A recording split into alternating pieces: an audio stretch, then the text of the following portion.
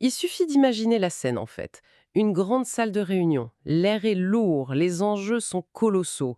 Et là, quelqu'un s'apprête à prendre la parole pour défendre un projet crucial, un truc bossé d'arrache-pied pendant 6 mois. Et c'est là que le drame physiologique commence, en général. Mais complètement. Les pommes qui deviennent moites, le rythme cardiaque qui s'emballe, la gorge qui se serre. Et au moment d'ouvrir la bouche, la voix déraille, le regard fuit vers le bas, et l'argumentaire brillant se transforme en un murmure super hésitant. Ouais. Et le pire, c'est que c'est pas du tout un manque de préparation. Exactement. C'est pas un manque d'intelligence non plus. C'est vraiment une défaillance mécanique totale de ce qu'on appelle l'affirmation de soi. Et d'habitude, quand on parle de booster ses performances au travail, on s'attend à des directives très techniques. Un peu comme Comme une mise à jour de logiciel, quoi. c'est ça. On identifie le bug, on installe un process, on redémarre et bam, c'est réglé. Sauf que l'illusion du correctif informatique, elle est séduisante, mais face à une attaque de panique en réunion, il n'y a aucun algorithme de gestion du temps qui va empêcher ta voix de trembler. Ah, ça, c'est clair. Le code informatique, il est remplacé par une chimie cérébrale hyper complexe. Des décharges de cortisol, des peurs archaïques, du rejet. Tout ça interagit en quelques millisecondes sous pression. Et c'est justement pour ça que notre exploration approfondie d'aujourd'hui est si passionnante. On plonge au cœur d'un document fascinant, le programme détaillé d'une formation professionnelle dédiée à la confiance en soi. L'idée, c'est de comprendre comment un concept aussi flou que l'estime de soi est transformé en outil tactique concret. Alors allez, on décortique tout ça. Et il y a de quoi faire, hein. Grave. Ce qui frappe direct, c'est le postulat de base. La formation s'adresse aux managers, aux commerciaux, mais elle détruit le mythe du charisme inné.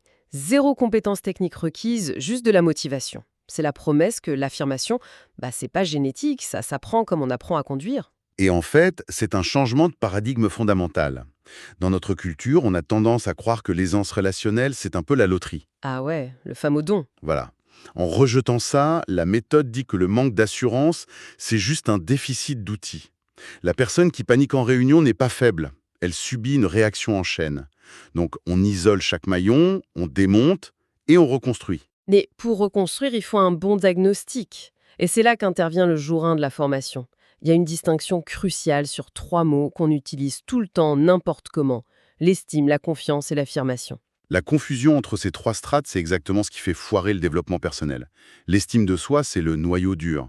C'est l'évaluation de sa valeur intrinsèque. Se dire qu'on est valable, peu importe le chiffre d'affaires. D'accord, la valeur de base. La confiance, à l'inverse, c'est situationnel. C'est lié aux compétences pures. Et l'affirmation, c'est la mécanique de projection. Comment on exprime tout ça vers l'extérieur? Prenons un cas hyper concret pour imager. On peut très bien avoir un développeur senior, un génie du code. Sa confiance en ses compétences est colossale. Mais s'il accepte un salaire sous-évalué de 30% depuis 5 ans sans rien dire, C'est son estime de soi et dans les chaussettes. voilà. Il connaît la valeur de son travail, mais pas sa valeur en tant qu'individu. Et l'inverse existe, hein. Le junior avec une estime démesurée qui veut diriger la boîte le premier jour, mais dont la confiance technique est nulle parce qu'il sait rien faire. L'enfer pour les managers, quoi. Du coup, est-ce qu'on peut voir ça comme une maison? L'estime de soi, ce serait les fondations, la valeur de base.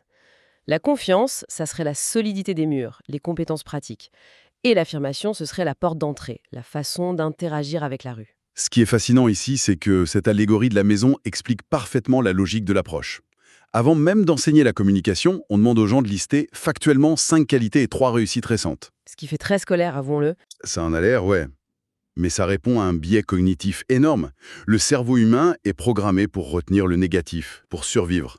Demandez à quelqu'un 3 échecs, il les sort en 10 secondes. Ah bah oui, facile. Demandez 5 qualités profondes et vous aurez un silence gêné. Cet exercice force le cerveau à couler du béton frais dans les fondations de l'estime. Parce que si la fondation est fissurée, aucune porte d'entrée ne tiendra le coup face à un conflit. C'est limpide. Donc on consolide les fondations, les murs sont droits. Sauf que, une fois l'inventaire terminé, la réalité nous rattrape. C'est pas parce que la maison est solide qu'on n'a pas peur des fantômes à l'intérieur. Ah, les fameux saboteurs internes. Exactement. C'est l'après-midi du jour 1, le syndrome de l'imposteur, la petite voix qui dit qu'on n'est pas à la hauteur. Et là, la formation propose une reprogrammation positive, des mantras. Se répéter « je suis compétent et je mérite le succès ». Et là, honnêtement, j'ai envie de freiner des cas de fer. J'entends une certaine réticence dans votre voix. En tant que lectrice curieuse, je me fais l'avocate du diable. Se planter devant son miroir à 7 heures du mat pour dire « je mérite le succès », c'est pas un peu naïf ou hyper cliché? Face à un client furieux, comment ça peut tenir la route? On oppose de la pensée magique au monde impitoyable des affaires, là. Je comprends. Mais si l'on relie ça à la situation globale et surtout à la neurobiologie, c'est d'une efficacité redoutable. Face au client qui hurle, la menace déclenche l'amygdale. Le centre de la peur, c'est ça? Tout à fait. L'amygdale court-circuite le cortex préfrontal, qui gère la stratégie et le langage. C'est pour ça qu'on gèle sur place. Le mantra, c'est pas pour faire apparaître un arc-en-ciel, c'est du conditionnement mental. Donc on pirate sa propre biologie. On crée un ancrage. En répétant ça au calme, on trace une autoroute neuronale. Et quand la crise éclate, la phrase préparée agit comme un frein d'urgence.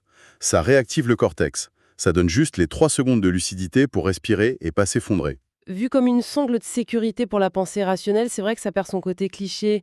Mais bon, ça empêche de s'effondrer, ça n'apprend pas à manier l'épée, pour reprendre une métaphore. Et c'est tout l'enjeu du jour 2. On passe à l'ingénierie de la communication. Le but, c'est l'assertivité. Ni agressif, ni soumis. Et c'est là que ça devient vraiment intéressant. Parce que s'affirmer, on croit souvent que c'est taper du poing sur la table. Mais là, c'est de la diplomatie implacable, savoir dire non. Et l'outil phare, c'est la méthode DEC. Décrire, exprimer, conséquences, propositions. C'est le couteau suisse des feedbacks. Prenons un exemple classique. Le collègue qui coupe tout le temps la parole en réunion. Sans outils, on bouillonne ou on hurle. Tu te prends pour qui? Comment le DEC gère ça? L'explosion émotionnelle, c'est le tu qui tue. Ça braque l'autre. Le DEC extrait cette toxine. Le D pour décrire impose des faits bruts, comme une caméra de surveillance. Pas de « tu cherches à te mettre en avant ».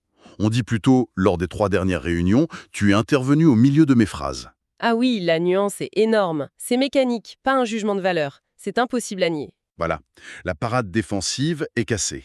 Ensuite, le E pour exprimer. C'est le ressenti avec le jeu. Quand ça arrive, je me sens frustré. Et là, personne ne peut contredire votre propre émotion. Mais dans le monde pro, l'émotion, parfois, on s'en fiche un peu. Le collègue peut dire «désolé de te frustrer», mais on n'a pas le temps. C'est pour ça qu'on a le C, la conséquence. On lie le comportement à un enjeu objectif. La conséquence, c'est que je perds le fil, l'auditoire est perdu, et on risque de louper des infos critiques pour le budget. On objective le dommage. Imparable. Le collègue est coincé et on n'a même pas haussé le ton. Et on arrive au P, la proposition. S'arrêter à la conséquence, ça laisse un silence hyper accusateur. La proposition oriente vers une solution. Je te propose qu'on instaure un signal visuel à l'avenir. Qu'en penses-tu? On offre une porte de sortie honorable. C'est de l'aïkido verbal, en fait. Mais s'il répond avec sarcasme du genre «Oh, ça va, sois pas susceptible», Technique du disque rayé. On revient au D et au E, calmement. J'entends, mais mon temps de parole est amputé. Je maintiens ma proposition. L'absence d'escalade émotionnelle rend sa résistance intenable devant les autres. la théorie est incroyable. Mais entre lire le manuel et nager dans le grand bain avec le cœur à 140, C'est pour ça que la formation se termine par des simulations très intenses. gérer un client coriace en direct devant tout le monde. Et surtout, il y a un plan d'action post-formation. Parce qu'on connaît l'amnésie du mercredi matin, quand la boîte mail reprend le dessus. Ce phénomène d'évaporation, c'est le fléau des formations. Donc ils imposent un plan SMART, un engagement écrit et un suivi à 30 jours. Alors, qu'est-ce que tout cela signifie au final? Pourquoi un contrat écrit avec soi-même? On n'est pas au tribunal? Cela soulève une question importante sur la psychologie. L'engagement écrit active la dissonance cognitive. Ce malaise quand nos actes collent pas avec nos valeurs? Exactement. Si j'écris noir sur blanc que je vais dire non au dossier de vendredi 18h et que je cède, le coût psychologique est très lourd. Le contrat rend le retour en arrière hyper inconfortable. Et les 30 jours, c'est le temps qu'il faut au cerveau pour créer un automatisme inconscient. C'est une architecture fascinante. On diagnostique, on assainit les fondations. Ensuite, on affronte les fantômes et on pirate la neurobiologie. Et enfin, on serve d'outils comme le DESC pour poser des limites, tout en verrouillant ça avec un contrat écrit. L'affirmation devient vraiment une discipline sportive mesurable. Et ça prouve que les soft skills s'entraînent avec la même rigueur qu'un langage de programmation. Ce sont des muscles en fait. Ce qui m'amène à une dernière réflexion pour clôturer notre analyse.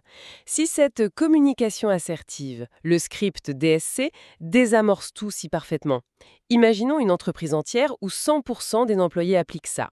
Une culture purgée de ses peurs, où chaque conflit est réglé avec une précision clinique. Est-ce qu'on obtiendrait l'utopie ultime d'une productivité hyper sereine, ou bien est-ce qu'on basculerait dans une dystopie bureaucratique glaciale, où l'empathie naturelle et même la passion un peu brouillonne seraient définitivement patchées comme de vulgaires bugs? Des désaccords redoutablement polis mais froids, quoi. Exactement. Ça donne le vertige quand on y pense. Voilà de quoi méditer très sérieusement d'ici notre prochaine plongée.